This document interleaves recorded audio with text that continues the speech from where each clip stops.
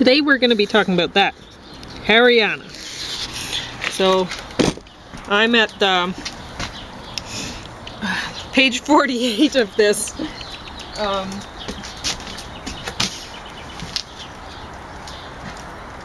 Phillips, is it Phillips? Yes. Atlas of Canada and the World. So we're looking at northern India. Well, northwestern. And I'm going to be talking about a few things today. I don't think people are really paying very close attention to what's going on. Oh, anywhere, huh? In Canada or farther afield. Yeah. And one thing that I've mentioned in the past is in my readings, I've come across a lot of people that have been paying attention. And one thing that some people who've analyzed the way the future of global economics is going to go is, and there are people that realize this right now and they're fighting against it really ineffectually. But some people have realized that it's if you want a job in the future, and this is the near future, you're going to need the equivalent of a master's degree just to make about $7.50 an hour. And you'll need to know computers too. Yeah. Mm-hmm. And so some of the people that realize, oh gee, now what have we done and how do we get out of this? They're trying to fight against it, but it's so far I can't see any attempts that look like they're going to solve this problem. And people are wondering, well, where is Canada heading? You know, anybody who is actually looking into things in Canada is wondering this. Or you're in some other country and you're wondering, well, where is that heading? Well, there's a lot of things that are going on right now that apparently a lot of the population of Canada is actually from South Asia. It's not really that much. But well, apparently it is. According to CBC, it's a huge number. But go on. And so one would think, okay, our system might be heading towards some kind of, I mean, if you import people from an area, you have to expect that our system, if our population becomes more of people from one area that believe in one certain way or whatever, it's most likely to expect that our system is going to turn that way. Whoever we're, you know, there's unless we're importing people who actually want out of that system. Yeah. Then you have to expect that our system is going to turn that way. An example is Texas. Way back when, Texans, English folk moved in. They kind of believed in democracy. They also believed in slavery. So you'll get people saying, even Ulysses S. Grant was saying, you know, like the Mexican outlawed slavery 5 years before. But I think it's like 5 years before Texas got. Check it out. I mean, I could be wrong, but it was very soon before the war of independence that the Texans had against the Alamo and all that, against the Mexicans. Should really say the Spaniards in Mexico. But that's an example. Go on. Sorry, I was just giving an illustration of what happens. No, that's fine. Texas does not have Spanish customs or law or whatever, right? So, South Asia. Well, who's from South Asia? Well, India, maybe. There's a bunch. So anyway, we're wondering, okay, well, where is it? Iran? Is it, who are all of these people that are coming into Canada, who are going to be the future of Canada? Well, what do they believe in? What do they, and we have this, when I was a teenager, I had this beautiful notion of what Hinduism was. There are some beautiful things about Hinduism. The art, the epics, and poetry, things like that. Where James doesn't think that the medicinal practices that they have are Ayurveda are really very sound. No, what I'd say is there's across the board. I'm very suspicious of it. There could be some very good individual things in it, just as there are with any sort of okay, like so indigenous cures and things like that. Well, I believe that too,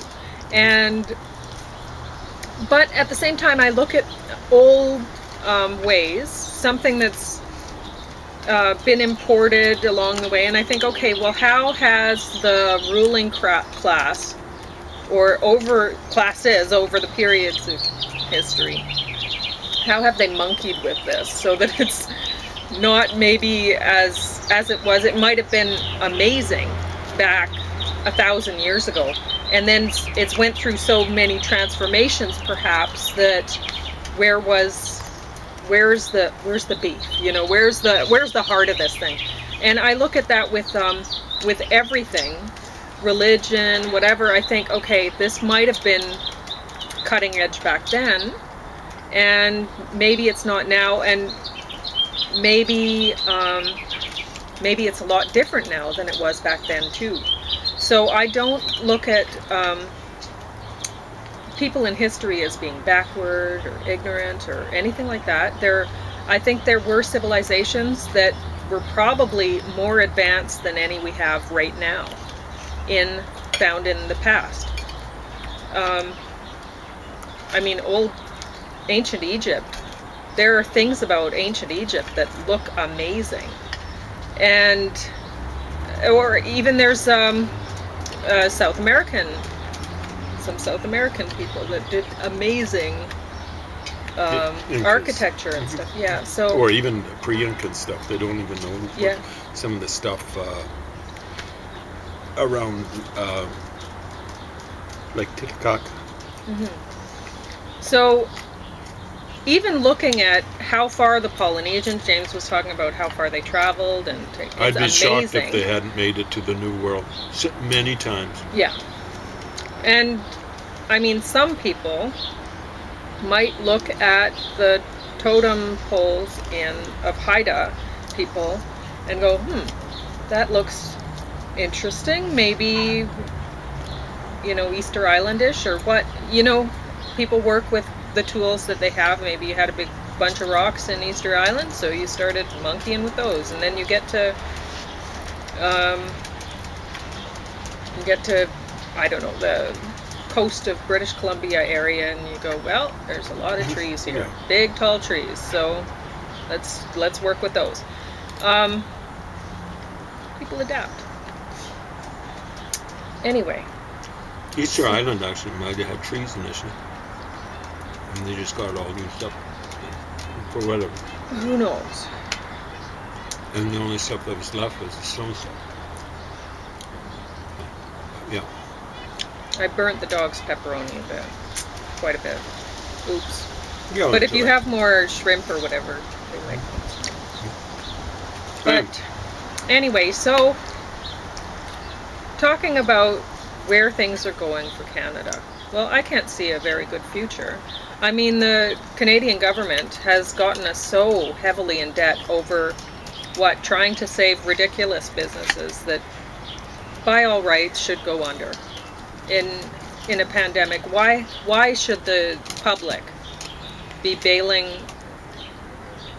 microbreweries and restaurants out? I mean, these are the kind of places that they can pop up again after the pandemic. Maybe not the same people running them, maybe the same people running them, but They don't need bailouts. We don't need to have the same restaurants that we do now. We can have different ones. Or whatever. This is not something that's going to make our economy grow by bailing these things out. It's a zero-sum game. Yeah. You give them money and you take it from people who can't afford it. Yeah, it's ridiculous. So, there's been no attempt to encourage people to actually start up businesses that are sustainable, even during a pandemic.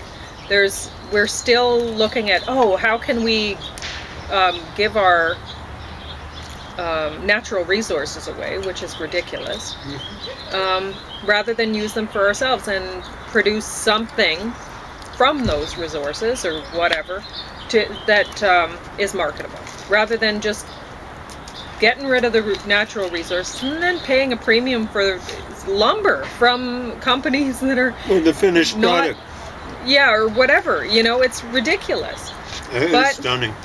Anyway, so what I see for Canada is that we're going to become like India.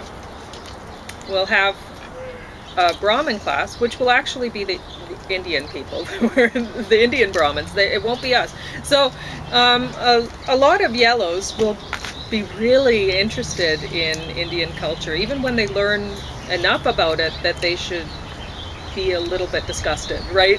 I don't know if 1% would actually learn about actual Hindu culture and really see it for what it is. Yeah. So, I mean, the majority of people in India to call them poor would be a disgusting, gross understatement. And you might have a job right now and you're thinking, working poor, I'm like a wage slave or whatever. Compared to the people in India, most of them, you have no idea. Look into it, and then I think the per capita GDP might be something like $500-600 a year. Try to think about making it on $600 a year. Yeah. And I mean, there's people like they're working all daylight hours to try to make that, right? It's ridiculous. But there's a wealthier ruling class, and they've over the years the religion might have been amazing and really beautiful to begin with, and somehow it became perverted, I think, by the yellows, because the Brahmin class are the highest class in India culture. And then you have the warriors just underneath them, right? So, which is a little bit different, because a lot of cultures of the world, you have the warriors up at the top, you have the reds, and there can only be really one red, up at the top. When it comes to red, there's going to be one. They don't want to share.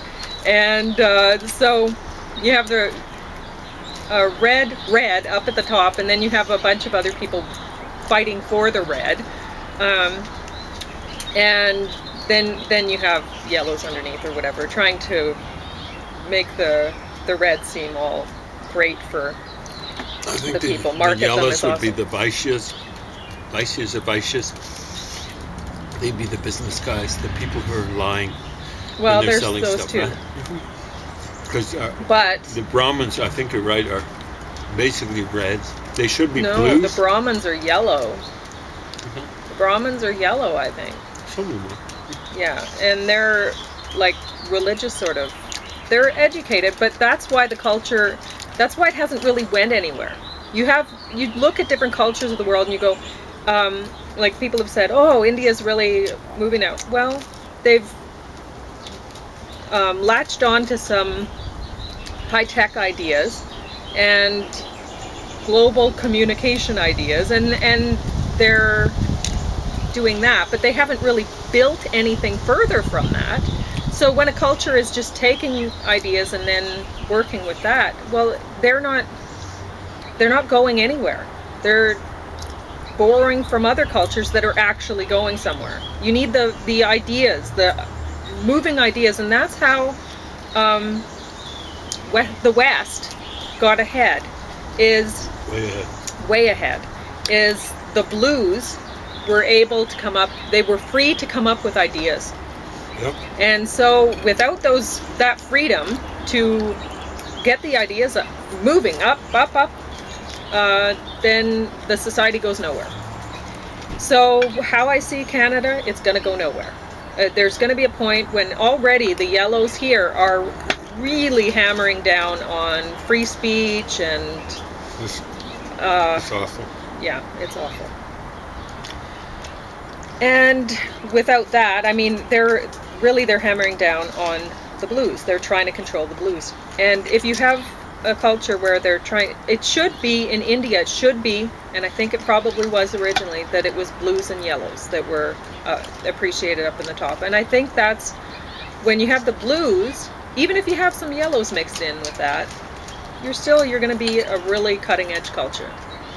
And Indian culture was crazy good up until the Delhi Sultanate. So anyway. So it has this reputation for being tolerant and this ability to change. I get this out of a Hindu textbook, not a Hindu text. You know, there's this idea, according to the author. I don't know the author. He's a pretty good guy. He's reasonably smart. Yeah. He knows the culture pretty well. Comes from that general. I'd say maybe it's 50% indigenous. His father was a colonial, kind of like. Better to use the term imperial. So I'd say he mixed and matched, which means he wasn't the stereotypical imperial. So he says it's wrong to think of Hindu culture as being static. It showed remarkable ability to change. Yes, but also to change back, and that's a problem. So with the help of the New Delhi Sultanate, we hear Sultan, you're saying that doesn't sound Hindu, and it isn't. So I get this from a Muslim, very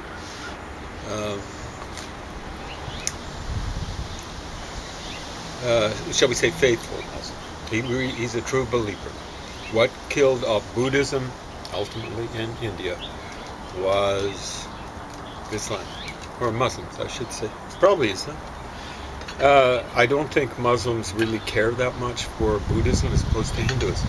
And here's one Muslim quoted. This is a Sufi. I don't like Buddhism. Okay? I don't like Buddhism because it's atheistic. And he's willing to put up with Hinduism because at least they worship a god. It's several gods and stuff like that. Usually Hindus going to favor one god over another, and so on and so forth. But he doesn't like Buddhism. And I'm afraid I'm going to have to research. This is just I'm going to have to look at what the attitude was towards Buddhism and Buddhists on the part of the Delhi. I said New Delhi. I'm tired. I just woke up. The Delhi Sultan, and the part of Mahmud of Ghazni, maybe roughly 1100 AD. Delhi Sultanate maybe from 1250 AD, something like that, and the Mughal Empire, Mongolian Empire. What business did they have in the Mongols? And they're using Turks and Afghans and Persians to dominate the indigenous Hindu. And understand that's late. That is during, I consider it part of the West's movement. And even though they came originally from Northeast Asia, they're using Western technology, i.e. guns and cannons, to move in on people who don't have it to the same extent, the Hindus and stuff like that. And when the Mughal Empire started, I believe 1526. 1526 is after Christopher Columbus. You know, like they actually used technology the Turks did, the Muslims did, the Ottomans, to stomp on the Eastern Orthodox people in Greece and in Southeastern Europe. They used Catholic, not so much technology, but I suspect it was a Catholic, a dude from Hungary, gave them the technology for the big cannons that they used to breach the walls of Constantinople, present-day Istanbul. Ottomans, the Turks, the success of the Ottomans have no business being there. When did they take that over? 1453. That's just before Columbus, within 2 generations of him. This I consider as part of the, well, we could call it colonial, I call it the Western imperialism. They imperialized back into Europe. To think of Europe as being one monolithic whole is ridiculous. The Eastern Orthodox people have less of a sense of separation of church and state by comparison with the Catholics. The Catholics have less of a sense of separation of church and state than the Protestants. And the Protestants, like Lutherans and stuff like that, have less of a sense of a separation of church and state than, shall we say, the Calvinists. And the less separation of church and state that you have, the less freedom blues have to develop things. So the difference between the people in southeastern Okay. Europe and the people in Turkey is Europe is split up on all different little parts, particularly the Balkans there. That's by mountains. Most of other Europe is peninsulas separated by water, also mountains and things like that.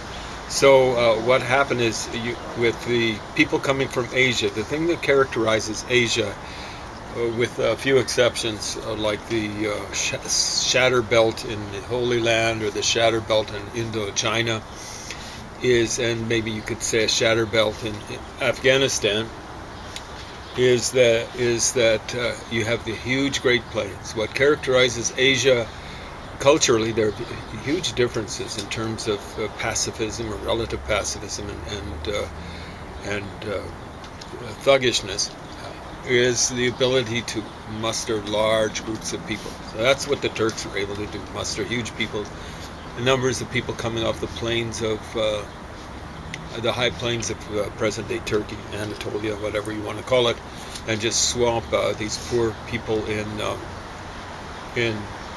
southeast Europe.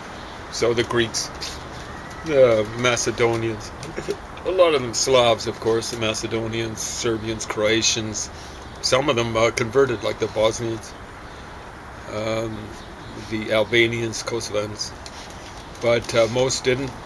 So the poor Bulgarians, the poor Romanians, the poor Hungarians for a while, the poor parts of Austria, and of course places that weren't imperialized totally were subject to razzias. I'm told that's, even though it's an Italian word, it's of Arabic origin. So raids, the ideal was yearly raids, and it would be for plunder, particularly slaves and stuff like that. So the stats I get is for a 250-year period, I think it would be ending around 700 AD and going back to about 1450 or 1500 to 1750. Tatars working out of the Crimean Peninsula took from Russia, Poland, and the Ukraine. Think of what would be a kind of a seemly number of people to take as slaves. The number I get is, in those 250 years, 2.5 million slaves. What is that? 10,000 a year or something like that? It's disgusting. Ugh. Yeah. So one thing that has to be said for the Muslims: they're no respecter of people. They're not prejudiced when it comes to slaves. They don't just go after black slaves. They'll go after anyone. So that was most people that are Slav from up in the north, like the Ukraine and Russia and Poland. They tend to be quite blonde and fair. So they were quite willing to take slaves of the white persuasion, shall we say. They'd take them from anywhere. They took Turks until the Turks decided, hey, better switch than fight, and then they became Muslims. Up till that point in time, the most punishing of them all. I think the Mongols outdid them. Tamerlane was incredible. A lot of people don't realize he's a horrible, vicious brute. He was bad to his fellow Muslims, but selectively worse to non-Muslims, and killed Lord knows how many people, enslaved. Oh my God. According to his own account, when he hit Delhi, he took, this is his own account, this is not a victim impact statement, it's a victor impact statement. It's rah, rah, rah, look at us. Three quarters of a million to 1.5 million. That's according to his own account, slaves. And the typical time given to conquerors, Muslim conquerors, is 3 days. So, was that in 3 days? 250,000 slaves per day? Yeah. So, put it into perspective. How many slaves did whites take to the New World? Figure I get is 11 million. Tamerlane in 3 days. He's got more than 10% of that. Wow. I'm not impressed. So understand, Tamerlane was a Muslim. And if I'm not mistaken, I don't know if he was a Sufi, but I think he had a sympathy for Sufism. So you've been told certain things about Sufism by Sufis and by their apologists, and the more I investigate into it, I find it's just more of the same.